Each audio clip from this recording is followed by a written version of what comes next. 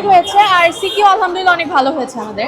MCQ ভালো হয়েছে, but MCQ test paper থেকে আর কি তেমন কমন আসেনি। আমরা যেভাবে হ্যাঁ, আমরা টেস্ট পেপার যেভাবে সলভ করছি ওভাবে আর কি আসেনি। অলসো যেহেতু আমাদের ফুল সিলেবাস একটু ডিফারেন্ট হওয়াটা স্বাভাবিক ছিল, বাট ওভারঅল ভালো। বাট আলহামদুলিল্লাহ পরীক্ষা অনেক ভালো হয়েছে আল্লাহর রহমতে।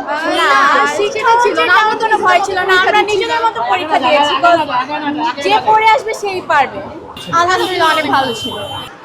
প্রশ্ন ইজি ছিল, সিকিউটা মোটামুটি সিকিউটা ইজি ছিল, জাস্ট এমসিকিউটা একটু টাফ ছিল, like kind of standard quality. Exam হলে ওরকম কোনো ঝামেলা হয়নি, আমরা আমাদের মধ্যে এক্সাম দিতে, গার্ডরা ওনাদের মতো ছিলেন, ক্যামেরা ছিল, জাস্ট এরকম এভরিথিং ওয়াজ জাস্ট। প্রশ্ন এমসিকিউ একটু কঠিন ছিল, বাট মানে না পারার মতো না আর কি, সব মানে পারা যায়। ভয় কাজ করেছে কিনা? না না, ভয় না, মানে সবার তো প্রিপারেশন যার যারটা, মানে সে তো নিজের প্রিপারেশন নিয়েছে পরীক্ষা দেয়, কেউ তো অন্যের উপর ডিপেন্ড করে সে পরীক্ষা দেয় না।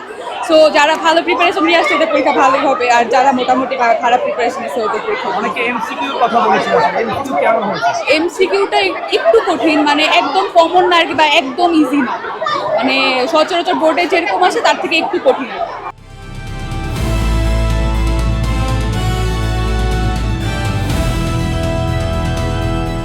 দিনাজপুর টিভি, মানুষের জীবনের কথা বলে।